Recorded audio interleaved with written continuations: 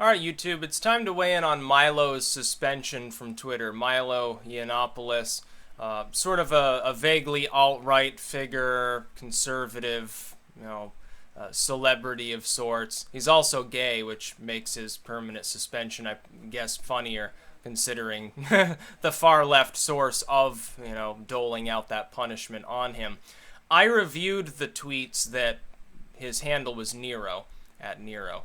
I reviewed the tweets that he was posting. I personally don't think they rise anywhere near to the level of being specifically abusive enough for any sane individual to think that he should have been banned permanently from Twitter. Isn't there like a way to like temporarily ban or warn somebody and not just kick them straight off because they call somebody who is openly insulting them illiterate? I would think that both users in such a situation would be banned.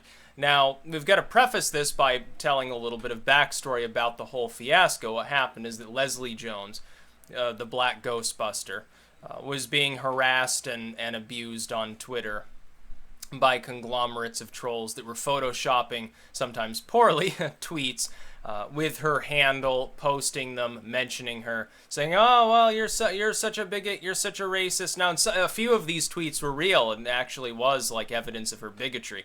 Most of them, though, the ones like talking about gassing gay people and stuff, obviously weren't real. Milo either thought it was real or played along and got suspended by, I guess, reposting that, and then when she said, "Oh, well, you're fucking stupid, and you're gonna be blocked," said, "Oh, rejected by another black man," which, I mean, it's funny. It's satire. These are two celebrities that are going at each other. Why the fuck would Twitter care what they're doing? Twitter, we've got to realize that the internet is now comprised of grown-ups. It's not like a bunch of 10-year-olds having a squabble about who stole whose lunch money. That's not what it's about. Most of the people that are insulting one another on the internet, whether they're using Twitter or YouTube or Facebook or wherever they happen to be, are adults. They're adults. They can take a little criticism. They can take a few bad jokes and some satire. They can take a few insults. It's no different from the way that people act in real life. You may like to think that the world is all very polite and people never insult one another and they never yell at each other. That's not reality for 99% of the world's population. So I like to think, I quit Twitter. A few people have asked me in the last month or so, "Oh, well, where's your Twitter? Do you have a Twitter?" I'm like, no, I don't have a Twitter. I quit Twitter the second that they began instituting manipulative algorithms in their system. The second that they pledged to censor things more effectively and manipulate results based on what they want people to see, I said, well, it's useless. The whole point of Twitter was to instantly sort of put information out there. It could be important breaking news. It could be a really good YouTube video that's been made and somebody's posting about it online. It could be a really in-depth, a really philosophically touching Facebook post, a piece of local news that otherwise might not go national or something. Or it could be somebody, they literally on Twitter, they tweet out they've got this video of like a cop shooting or something. And Twitter begins manipulating these things in order to force some things up and some things down. It was doing this with regards to Milo being banned, attempting to suppress the hashtag Free Milo to cover its own ass. I refuse to use Twitter. What's the fucking point? Here on YouTube, it's more adult on YouTube. Google has, if not anything else, Google has done a good job largely respecting the fact that YouTube is predominantly adults having adult conversations. I can remember the dark days of YouTube. Back when you couldn't become a partner, there was nothing to protect you if you had 20,000 subscribers and somebody false flagged you. They went on a flagging campaign, they could still get you removed. Now it's not that way. People who have a long-standing tradition for perhaps years of catering to audiences numbering in the millions are somewhat protected from shenanigans by groups of trolls or by people who simply disagree with them and there's no legitimate reason to complain about what they're saying. Twitter doesn't have these protections for people that are driving a large proportion of the traffic of their site. Twitter is fundamentally useless. When Milo Yiannopolous says, "Oh, Twitter's useless now," he's right. Twitter is dead. The entire point of the site has been completely forsaken. It probably will go into decline as a result of that. It's problematic when a site that is specifically for expression, specifically for speech, and has no other real purpose other than relaying that along with perhaps an attachment, an image or a video link or something like that, begins denigrating the very value of the core of its content. It's not like YouTube. The core of YouTube's content is video making. A video isn't necessarily speech. It can be music, which is come somewhat protected by the First Amendment in most respects. Of course, YouTube is a private website, and I'm not making a mistake here and saying, oh, well, Twitter has violated his First Amendment rights.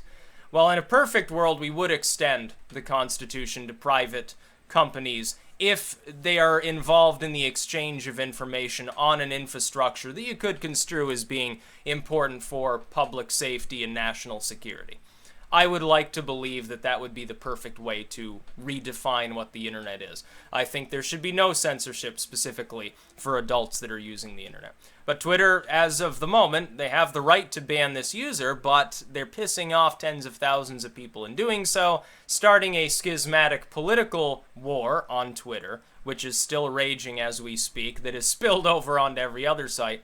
And it's useless. He wasn't specifically doing anything wrong. He was responding to insults being aimed at him by the person being targeted by other people. And then you have the complaint, oh, well, yeah, but he was organizing an attack. I've seen no evidence of it. Do you have a screenshot of a tweet where he encourages people to attack her? I didn't see one. I didn't see one at all. All I saw is him reposting an image somebody else had photoshopped with his handle mentioned by this other user, by Leslie Jones. He retweeted that, and then she got upset at him, insulted him, and he responded in kind. That is not a form of harassment. That's him responding to what she had already said to him based on perhaps, can Twitter for a moment clear out its missing neurons and consider it a vague possibility that yes, this highly politically charged individual made a mistake and actually thought that this was a tweet actually from her Twitter and reacted immediately without fact checking? I'm sure it's happened to people who are executives at Twitter before, on their little anonymous handles or whatever. I'm sure it's happened. Of course it does. It happens to everybody. Not everybody fact checks rigorously in any case, let alone in some cases. Anybody is going to occasionally get taken for a ride. It happens to people in our government all the time. Look at all the politicians who spew off all these bullcrap so-called facts that they got from someone who was possibly ethically dubious in feeding them that so-called information. Happens all the time. Why didn't they give the benefit of the doubt and just give them a warning, or say, well, don't fucking no more tweets for you for the next week or something? Why didn't they do that? These are two adults sparring on Twitter. They also happen to be celebrities. Is there really any reason to ban somebody from Twitter? Why didn't they ban Leslie Jones? She was insulting everyone that was talking to her, not just people that were attacking her. It just doesn't make any sense to me. Literally no sense whatsoever. This is one of the main reasons I don't use Twitter. That and the fact that it's just fucking a waste of time. It's stupid.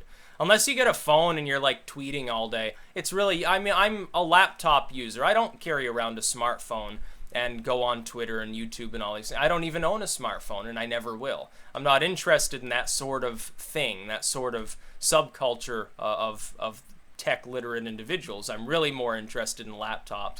Sitting here, I want to have sort of the physical setup that I want in my space, sort of like a studio or something like that. It's just the way I am. You can call me a little bit outdated, I guess, in my setup. I had one person say, oh, why don't you get a smartphone and use that for recordings? Why would I want to do that? Why the hell would I want to do that? Oh yeah, downgrade the quality of everything that I make and just walk around with a really, really shaky, crappy video all the time with a bunch of background noise as I rant about politics. That will look really, really professional. See, the thing is, I'm just not interested in that, and I'm definitely not interested in Twitter. YouTube is the only site, really, other than maybe like Blogger or something like that, although you can use WordPress, you can use a million other sites for the same purpose, let's face it. YouTube's really the only indispensable site that I'm even on. Facebook? Who gives a fuck about Facebook? I wouldn't even be on Facebook if it weren't for the fact that a few of the people I know there I also know in real life, or I know well enough, and they don't want to message me on YouTube, so I keep it for their benefit. Other than that, it's just a trolling platform for me. All I do is attack Being Liberal and Salon and Breitbart and all these other media groups.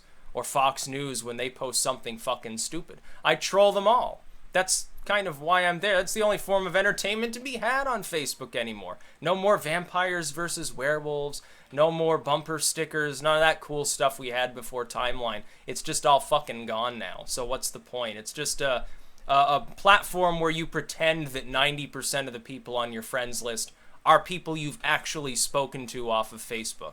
That's all it is. YouTube is like the only main informative site in the whole nexus of social media. So why the fuck would I want to use Twitter? It's so limited. It's so stupid. No, it's just not for me. That's about all. Peace out.